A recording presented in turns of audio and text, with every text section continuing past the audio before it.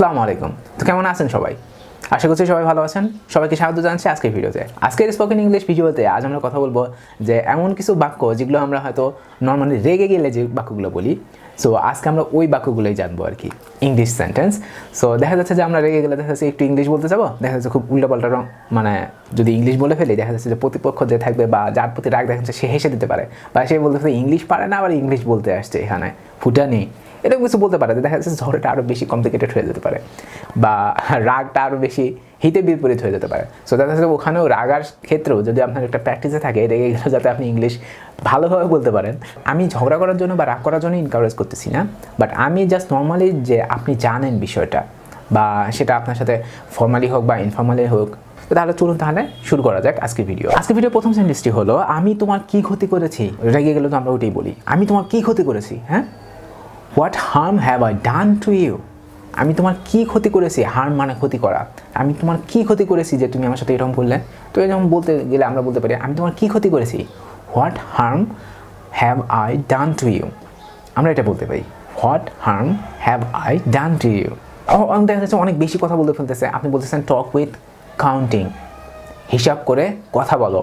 Talk with counting, count মানে কি হিসাব করা, তো টক উইথ কাউন্টিং মানে হিসাব করে কথা বলো। তারপর হয়তো আপনি বলতে পারেন যে বাজে কথা বলো না, কারণ ঝগড়া বাজে বা রেগে গেলে তো অনেক দেখা যাচ্ছে অনেকে বাজে কথা বলে। ওইটা হয়তো আপনি প্রোটেস্ট করার জন্য একটু বলতেছেন বাজে কথা বলো না, don't talk nonsense, don't talk nonsense. এটা হয়তো দেখা যাচ্ছে আপনি কোনো ছোটো ভাই বা ফ্রেন্ডদেরকে নর্মালি উপদেশ দেওয়ার ক্ষেত্রেও কিন্তু আপনি বলতে পারেন যে don't talk nonsense, never talk nonsense, এরকম কি বলতে পারেন। সো আপনি এখানে হয়তো দেখা যাচ্ছে আপনার প্রতিপক্ষে বলতেছেন ডোন্ট টক ননসেন্স, মানে বাজে কথা বলো না, মুখ সামলে কথা বলো, মুখ সামলে কথা বলো।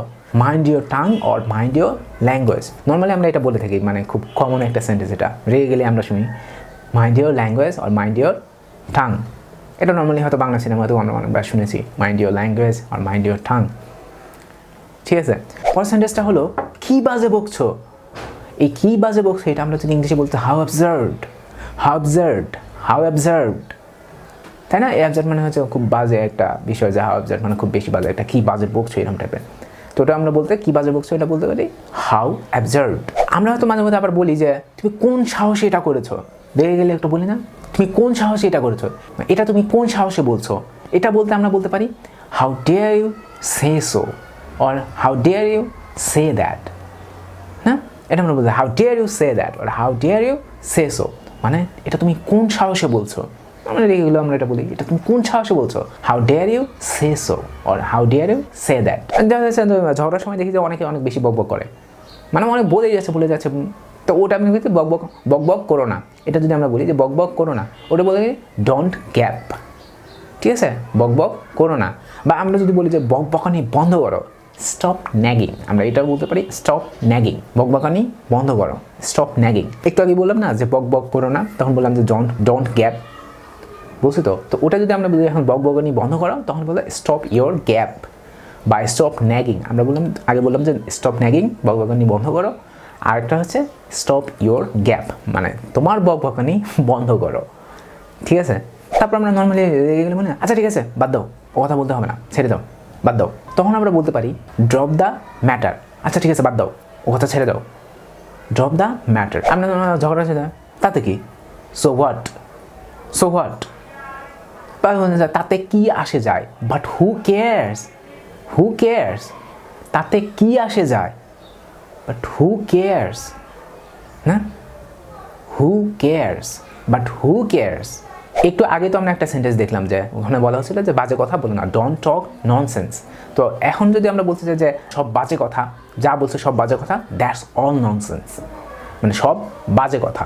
তো অনেকক্ষণ ঝগড়া করলেন যে কী হয়েছে কিছু, তারপরে থামছে না, তখন বললেন যথেষ্ট হয়েছে, দ্যাটস এনাফ, ইজ এনাফ। তো এটা কিন্তু আমরা ঝগড়ার সময় বলি দ্যাটস এনাফ, যথেষ্ট হয়েছে, ইটস এনাফ, যথেষ্ট হয়েছে। বাট এটা কিন্তু আমরা নর্মালি কিন্তু নর্মাল কনভারসেশনে বলে আচ্ছা ইটস এনাফ, দ্যাটস এনাফ। বা খাবার দিছে, হ্যাঁ ইটস এনাফ, ঠিক আছে। আচ্ছা কোনো কিছু দিছে, হ্যাঁ ইটস এনাফ, এটা টাকাতে হবে, দ্যাটস এনাফ, এরকম করে আমি নর্মালি বলতে। বাট ঝগড়ার সময় বলতে যথেষ্ট হয়েছে, দ্যাটস এনাফ, এরকম করে বলতে পারি। আর এটা না কিন্তু যে আমি আপনাদের ঝগড়া শিখেছি, ইটস জাস্ট যে আপনারা ইংলিশ সেন্টেন্সগুলো কীভাবে আপনারা ইউজ করতে পারেন, সেটা নর্মাল ক্ষেত্রে হোক বা ইনফর্মাল ক্ষেত্রেই হোক। এরকম যাই হোক, ভেবে চিন্তে কথা বলুন।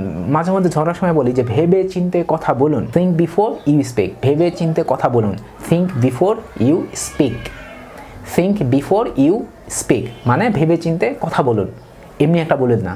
তোমার সমস্যা কি, হোয়াটস রং উইথ ইউ। এটা নর্মালি একটা ইয়ে আছে, যে নর্মাল ফ্রেন্ডরাও বলে বা নর্মাল পাবলিকও অনেক বলে যে হোয়াটস রং উইথ ইউ, তোমার সমস্যাটা কি, হোয়াটস রং উইথ ইউ। দেখা যাচ্ছে কিছু কিছু মানুষ আছে যারা কথা বলতে গেলে এমন সব মানে কথা বলে যেগুলো মানে অ্যাকসেপ্টেবল না, মানে খুবই বাজে ধরনের এগুলো কথা বলে। তো ওখানে দেখা যাচ্ছে আপনি বলতে পারেন যে ওয়ার্ক অন বিউটিফাইং ইউর ল্যাঙ্গুয়েজ, মানে আপনার কথা সুন্দর করুন।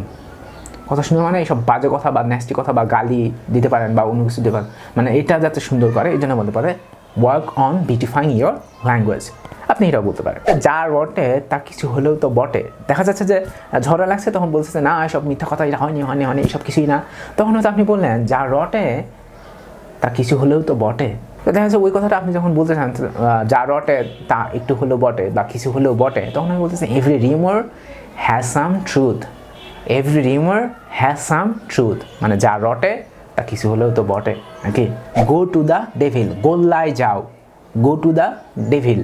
আর হয়তো অনেকক্ষণ ধরে ঝড়টা করতেছে, ঠান্ডাই হচ্ছে না, মানে শান্তই হচ্ছে না, তখন বলতে ঠান্ডা হও, কাম ডাউন, বা শান্ত হও, কাম ডাউন। একটু বুঝতে চেষ্টা করো, ট্রাই টু আন্ডারস্ট্যান্ড। এটা আপনি বলতে পারেন ঝড়ের সময় অনেক কিছু বোঝা যাচ্ছেন, সে রাগ থামতেছে না, তো তখন বলছেন ট্রাই টু আন্ডারস্ট্যান্ড, একটু বুঝতে চেষ্টা করো, ট্রাই টু আন্ডারস্ট্যান্ড। কী বললেন আপনি বা কী বললি তুই, হোয়াট ডিড ইউ সে, তুমি কী বললে, হোয়াট ডিড ইউ সে।